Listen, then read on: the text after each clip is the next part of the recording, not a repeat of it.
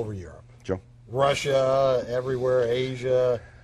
Have you gotten to the Arctic, the Antarctic yet? Or I haven't been to the Antarctic, but I did spend some time up at the Arctic, at the in Alaska, up Nome and Fairbanks and areas like that.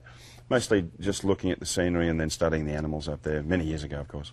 Has your career evolved? In other words, when you were 25, what were you painting? Mostly it was wildlife, because I really did have a passion for it. When I was a child, I used to train hawks and falcons.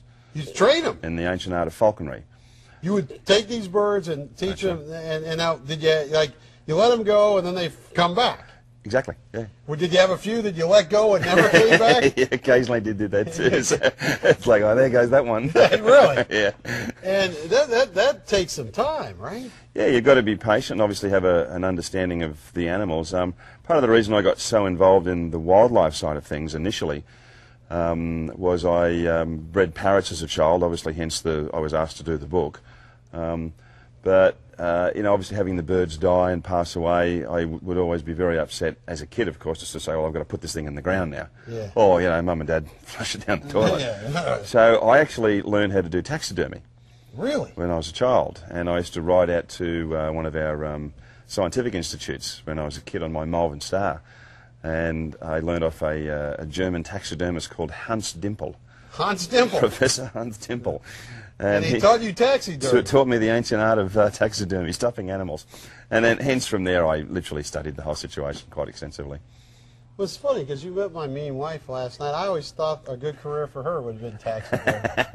You know, stuff things up. Yeah. Well, you came back after meeting her, which is amazing. You know, a lot of people just run, you know. No, she's lovely. Well, let me ask you this.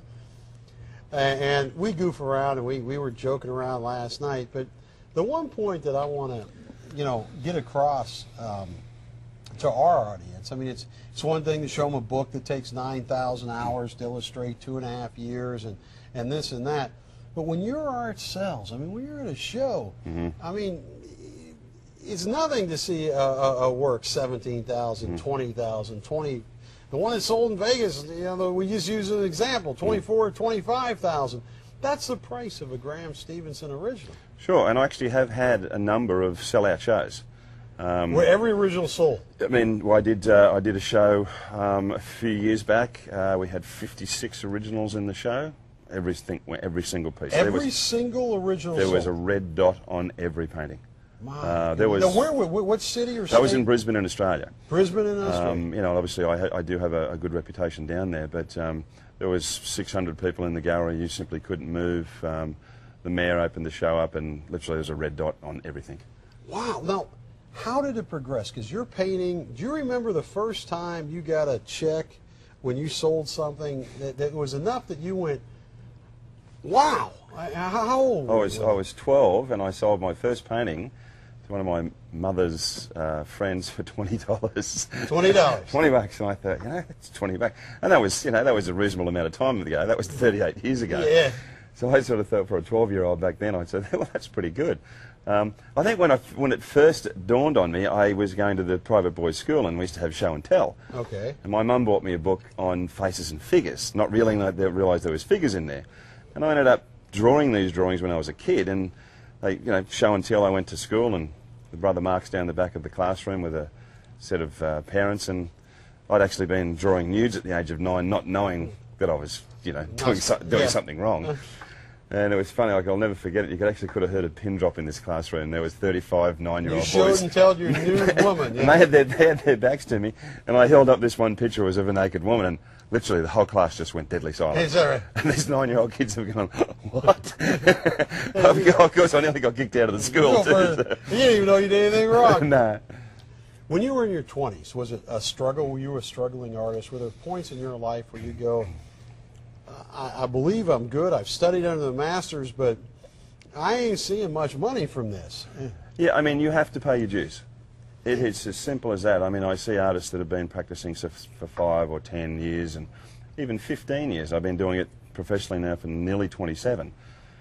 And you simply have to pay your dues. There is no other way out of it. I mean, and if you expect to be well known and appreciated for what you do, You can't just sort of say, well, I'm going to do this for 5 years and make a couple of dollars and run away. I mean, art basically is who I am. It is my existence, and it's the one thing that I have done consistently since I was a child. It defines you. And now, when you were going to all these, like when you were paying your dues, was it the same way here in America, where you know, a little showing in Columbus, Ohio, then you get in your car, and you're in Lexington, Kentucky, and then you're in Nashville for 2 nights? Was it the same thing in Australia, and the way you did it? I was recognized actually at a fairly early age. Was that a good thing or a bad thing? Yeah, it was a pressure thing in many senses, because I had developed a standard of work as a young man that was well recognised, and I had a couple of gallery directors take me under their wing and say, look, you know, you're definitely heading in the right direction, but this is the idea that we think that you should go down, and listen to what the professionals had to say, and then listen to what the other contemporary masters had to say. What would you consider the biggest break in your career? Was it all steady, or was there a break that you went, well, that's got to help? Yeah, you know what? I just look at my career as a rung on the ladder. Okay. There's really nothing that's specifically going to stand out. I mean, my intention is to be continuing to do this for another 30 or 40 years. So I just look at it as, and life to me in any sense, and as you can see, it's just simply a journey for me. Okay. And it's a journey of me being passionate about what I do. I think the one thing about passion, and I hear your artists speak about this, but passion, if it's not received with abject discipline, it's not worth anything. You know, you can be passionate about something, but if you do not have the discipline to follow through on a continuous basis, you will not be that passionate. That's brilliant. So, you know, it's one thing, and you hear it all the time, oh, I'm so passionate, but if you don't have the discipline, and that's the hard work of what you do, and there's no romance in it. It's 2 a.m., you haven't slept for a day and a half, and you're looking at that painting going, it just don't fit. That sketch, I gotta go back, gotta start over, and it's you know, I mean, I'll work 16, 17, 18 hours a day sometimes. I mean, I've worked 36 hours, 40 hours straight. And simply haven't gone to bed because I thought, well, I can't leave this as it is at the moment. Admittedly, you do that with pictures. Yeah, if something's not working, particularly with the fact that I put so much into my work, sometimes I'll look at it and go, you know, I know it's not right, but my brain's not clicking into gear at the moment. Well, how many of your images are now licensed somewhere? I mean, virtually everything. I've got 5 agents throughout the world. 5 different agents? 5 different agents. I got a call from my Seattle agent 2 days ago, another contract.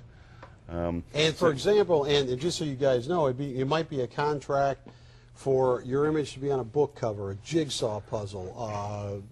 I mean, you know, Franklin Mint, Bradford Exchange, Hamilton. Wow. Yeah, Franklin Mint, yeah, and Bradford. They've all tracked me down over the years and asked me to work with them, and sometimes they'll work with me to design an idea or a program, because inherently they can see that my ability crosses a lot of sectors. It's not just, you know, I'm not just regarded as an abstract artist. Once again, it comes down to that basis of foundation. I worked on that, therefore I can move into the other areas. But yeah, I mean, in even Japan these days, obviously with the Chinese market as well. Does your work sell well there? Yeah, mostly with the licensing as well, and they are very interested in getting me over there for other aspects of my work as well. But, you know, obviously when I heard about America, I thought, well, my first love is the United States, apart from home, of course. And I thought, what a great opportunity to come back to America again. Well, now, did you ever dream, you gave it away, I wasn't going to mention your age, but when I said you were 12 and you said 38 years, you know, so you're 50 now. Did you ever dream when you were 20 or 25 that you would have 5 licensing agents around the world for your products? No. What I tried to do is I tried to plan my art career. And I think what a lot of artists do inherently, and the reason that they don't achieve what they want to achieve, is that they really do simply think like artists. And I think if you're going to get somewhere, I mean, you're a businessman. Yeah. So you simply have to look at the other side of situations. I mean, a lot of people that buy my work are attorneys, futures traders, solicitors, you know, people that obviously have done successful in their life. So inherently I have to, when I approach them, think the way that they think as well. If my intention is to be able to have them invest in my work. Yeah. And they are the ones that can afford it. I mean, the average Joe Blow just can't do it. So I have to think the way